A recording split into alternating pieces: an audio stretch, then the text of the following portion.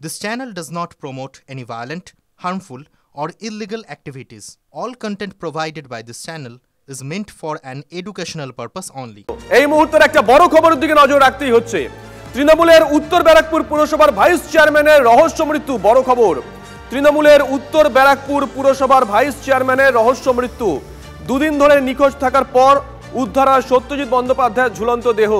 স্থানীয় বাসিন্দারা জানিয়েছেন, আজ সকালে ভাড়াবাড়ি চিলেকোঠায় উত্তর ব্যারাকপুর পুরসভার ভাইস চেয়ারম্যানের ঝুলন্ত দেহ দেখে পুলিশে খবর দেন তারা। এরপর দেহ উদ্ধার করা হয়। আত্মহত্যা নাকি অন্য কোনো রহস্য, সমস্ত দিক খতিয়ে দেখছে নোয়াপাড়া থানার পুলিশ। পুলিশ সূত্রে দাবি, মৃতদেহের পাশেই একটি সুইসাইড নোট মিলেছে।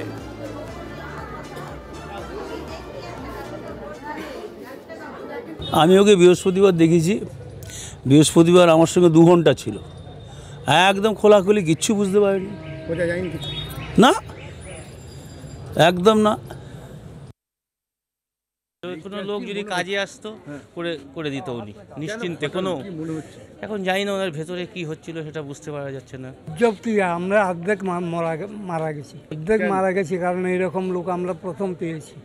কি হয়েছিল জানি না, মানুষটার কথা খালি বলছি যে আমরা আমাদের মানে সর্বস্ব হারালাম, ভগবান হারালাম। উনি বোঝেন, দেখা যায় না তো, লোকে পুজো করে তো, এইসব ভগবান কিছু না। ভগবান হচ্ছে ইনি, মানুষের জন্য ইনি সদা সর্বদা নিজের সবটুকু দিয়ে। শুক্রবারের দিন সকাল থেকেই তাকে পাওয়া যাচ্ছে না, তখন থেকে আমাদের খুব মন খারাপ। আমরা মানুষ, প্রত্যেকটা মানুষ, আমরা এই যে আনন্দমঠ মন্দিরে যাই, এই যে ঠাকুরমশাই আমাদের সাথে, উনি সেদিনও ওনাকে এতটা প্রসাদ দিলাম, উনি এরকম করে দেখছে। আমি বললাম, দাদা কি দেখছো? বলে বাড়িতে নিয়ে যাই প্রসাদটা। শেষ মনে হয় ওনার মাকে প্রসাদটা খাওয়ালো, দিদিকে প্রসাদটা খাওয়ালো। ওনার মুখে কোনো সময়ের জন্য রাগ দেখতাম না। কিন্তু তখনের জন্য আমি একবারের জন্য বুঝতে পারিনি যে এরকম কোনো মানসিক অবস্থাতে ভুগছিল না, এরকম দেখে আমার মনে হয়নি। আমার সাথে হেসে কথা বললো। কেন তার দিতে হলো, তার ভেতরে একটা কষ্ট ছিল। কষ্ট আমরা বলতে পারবো না। উনি হয়তো কাগজপত্র লিখে গেছে, হয়তো সেখানে পাওয়া যাবে। হ্যাঁ, হয়তো লিখছে, হয়তো। সবাই নিচেই খুঁজছে, বাইরে দেখছে, কিন্তু কেউ উপরটা কেউ যায়নি। কেন দেখা যায়নি? না, ওরে কেউ যায় না, কেউ যায় না এখানে। আচ্ছা, কেউ উপরে যায় না। যা কি কাপড়টা উষ্ণ করতে দেওয়া, সব এখানেই দেওয়া হয়, কেউ উপরে যায় না। এটাই একটা। কিভাবে দেখা গেল? আজকে পাশের বাড়ি থেকে দেখেছি, উনি ফুল তুলতে গেছেন, উনি ফার্স্ট দেখেছেন। কি দেখেছেন? উনি দেখেছেন রঙ ভাঙা অবস্থায়। আপনাদের বলছিলাম না, পুলিশ সূত্রে দাবি, মৃতদেহের পাশে একটা সুইসাইড নোট পাওয়া গেছে। কি লেখা আছে সুইসাইড নোটে? অনন্ত আমাদের সঙ্গে টেলিফোনে রয়েছেন, আমাদের সহকর্মী অনন্ত। দেখো, পুলিশ সুইসাইড নোট যেটা পাওয়া গেছে সেটা পুলিশ, এটা ডিসি নর্থ গণেশ বিশ্বাস, তিনি তার কাছ সূত্রে আমরা জানতে পারলাম। তবে তিনি তদন্ত শুরু হয়েছে ঘটনার। তবে প্রতিবেশীরা বা পরিবার থেকে যেটা আমরা জানতে পারছি, ওনার ছেলে অর্থাৎ সিদ্ধার্থ ব্যানার্জি, তিনি বলছেন, অর্থাৎ সত্যজিৎ ব্যানার্জির ছেলে, যে বাবাকে ব্ল্যাকমেল করতো 4 জন। দুজনের নাম আমরা জানতে পেরেছি। তার নাম হচ্ছে জয়শ্রী দাস, আর একজনের নাম সঞ্জয় দাস।